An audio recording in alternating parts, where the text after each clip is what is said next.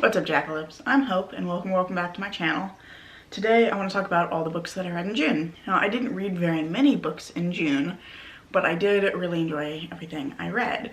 June was a really busy month with work. We had several big projects that were coming up due, and it was the end of the fiscal year. I work at a public university, so it's kind of a big deal. So I just didn't have a lot of brain power for reading after work. But like I said, I really enjoyed everything I did read. And the first thing I read last month, was The Botanist, Apprentice by Arden Powell. And this is a kind of a short story verging on a novella, and it's a male-male romance with fantasy elements, but it's set in Georgia, the state, and it's about this guy, Robert Lord Harding, who is like the only person in the United States who keeps a greenhouse of dangerous plants, and then a student, or a recent graduate, Eli Katz, who is really interested in studying dangerous plants and goes to Robert Lord Harding to request an apprenticeship so that he can get access to the greenhouse and continue his studies that way before he goes on to do his graduate degrees. And so I really liked the characters in this story. I thought they were really distinctive. I liked how different their personalities were, but they really worked together, with kind of Eli being this kind of nervous, very excitable student. He's very passionate about what he's studying, but he definitely has like a little bit of nerves and a little bit of self-doubt. And then you have Robert Lord Harding, who's been kind of doing this for a while. He's been keeping dangerous plants for years, and he's very self-assured and confident and kind of stern on the outside, but really like inquisitive and ultimately pretty kind as well. So I really liked the characters, and I thought that the atmosphere was super well done because it's set in Georgia like in the summer, so there's this kind of like sticky, oppressive heat that happens, and I thought that it was really well written. I could like feel that atmosphere while I was reading, so I really enjoyed that aspect of it. For the story itself, I felt like parts of it were a little bit rushed because there were lots of time jumps. So you'd see kind of like a vignette of their flirting and then a massive time jump to like a week later or several months later. And so I felt like I really didn't see as much of their relationship develop. So when they finally get together, it's a little bit jarring from what came before it. But I really enjoyed it. I think there's a really funny scene with a man-eating plant that was great and made me cry laughing. And then the end of the story is very like kind of cheesy, but in a very fun way. It's very sweet, and it's just like a really happy, hopeful story. So I think if you're looking for something like that, it's a really good one to pick up. And then the second thing I read in June, holding two books, I need to set one down. The second thing I read was Gyo by Junji Ito, which is a horror manga, if you're not familiar with Junji Ito's work. And it sure is gross. So kind of the main first thought that I have on this is there's a ton of body horror, and I thought that the art was really incredible. There was a lot of panels in here that really just like made me stop, and I had to examine them a little bit, even though they were super gross and creepy, because the art was just so cool. For the story, I felt like some of the characters were pretty flat. There were some characters I thought were really interesting. This follows, and I'm not going to remember the two protagonist names, because of course not. Tadashi and Kaori. If that is any indication, I thought they were kind of flat. They're not very memorable as protagonists, but the characters Tadashi and Kaori encounter I don't know how to describe it other than a fish monster while on a vacation. They've gone scuba diving and encounter this fish monster, and everything kind of jumps off from there. And yeah, they're a little bit flat, but the story itself is very creepy, and it goes a lot of places I wasn't expecting, because it kind of goes from fish monster to like conspiracy to wherever it ends up, because it was very strange. So I enjoyed this. I just felt like the characters were a little flat, and parts of the story were kind of disjointed feeling because it did jump so many places. But again, the art was really interesting and really well done.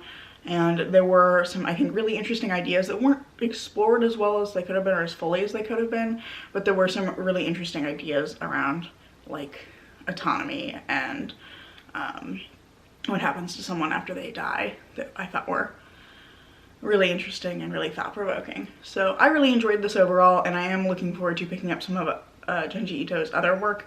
I think I've heard that this isn't typically people's favorite, but I have his adaptation of Frankenstein on my shelf, and I'm also interested in at some point picking up Uzumaki and Tomie and some of his short story collections. So yeah, I think that this was an interesting one to start with. Drop that on the floor. The next thing I read in June was The Return of the Sorceress by Sylvia Martina Garcia. She's one of my favorite authors. This is my third book by her that I've finished. I'm also currently reading The Beautiful Ones, which came out in April. But this one follows a woman named Yalzi, who is previously the leader of this guild of sorcerers in this fantastical city, but she's been betrayed by her former lover, whose name I am blanking on. He sure has one. Zella.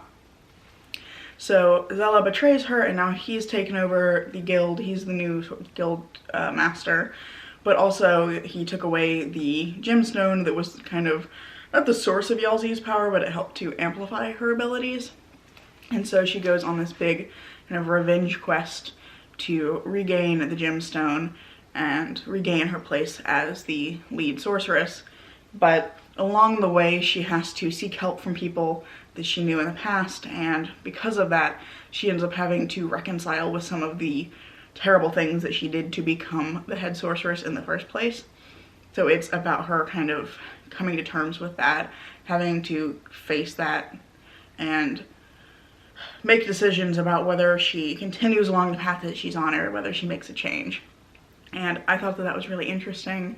I really enjoyed Yalzi as a character. I thought she was really complex because she got to be angry, but she also got to be remorseful. She got to kind of grapple with the way that she had done things and how she wanted to move on and do things in the future. So I really enjoyed her. She also has a little companion who's not named, but she has this little kind of a spirit companion. I can't think of what kind of being it exactly is, because again, I'm forgetting words, but it takes the shape of various different animals, and the companion had a really interesting personality, and it was kind of fun to see how they interacted because they had very different personalities, but they worked really well together as a team. So yeah, and I really enjoyed the ending of this. I thought it was an interesting twist. I don't know if I'd really call it a twist. I feel like you're kind of leading up to it throughout the book, but I really liked the way this ended. I thought it was a really well done conclusion for Yalzi's story, and I absolutely loved the world that this is set in.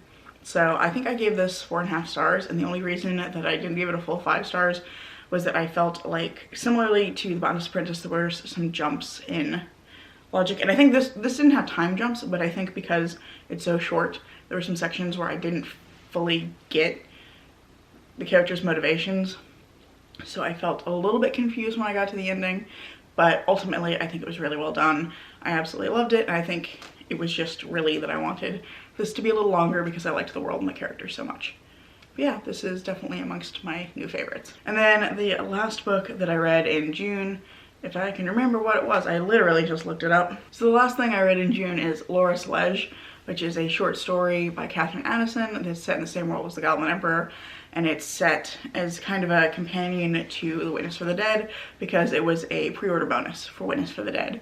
So I pre-ordered Witness for the Dead. It's it actually is my most anticipated release of the year, and I read lege in kind of preparation for it arriving because it was supposed to get here and then it got kind of lost in the postal void, so it arrived on the 1st. But lege is basically about this young woman who, her business partner has died and left behind a young baby, and she goes to the protagonist of Witness for the Dead, Thara Kelleher, who is, how many times can I say it in one sentence, a witness for the dead, and she goes to him to petition on the child's behalf to see if they can find out who the father of the child is so that he might be able to be given back to his family, because she doesn't feel like she can take care of him. She doesn't financially have the means to do so, and she doesn't really like babies all that much. So she goes to Thara Kelleher and asks him to investigate, and he does. So it's all about their investigating and finding out who the father of the child is and seeing if the family will take the child. And it's really a sweet story because Kelleher is really interesting in that he has a very strong sense of right and wrong, and a very strong sense of justice. He's very bound to his duty as a witness for the dead, and so he always pushes to find the truth no matter what. And it ends up having some interesting consequences for the young woman as well as the family that the baby ultimately finds. So it was a really interesting short story and I really enjoyed it. I didn't rate it, I don't think, because like it's super short, but it was a nice little intro into the world of The Witness for the Dead, and reminded me how much I love Kalahari as a character. So yeah, that's the last thing I read in June. So again, I didn't read very much, most of it was really, really short, but I really enjoyed all of it, and I would highly recommend any of the books I've mentioned because I loved all of them. That's all I have for you today. That's all I have to say. Those 4 books. So thanks so much for watching. I hope you enjoyed this video. I've enjoyed making it because it was kind of nice to look back what I read in June. I'm feeling more motivated to read now that we're in July, so I'm hopeful that I will get a lot more reading done this month. But I did kind of like looking back at these 4 short things that I read because I really liked all of them.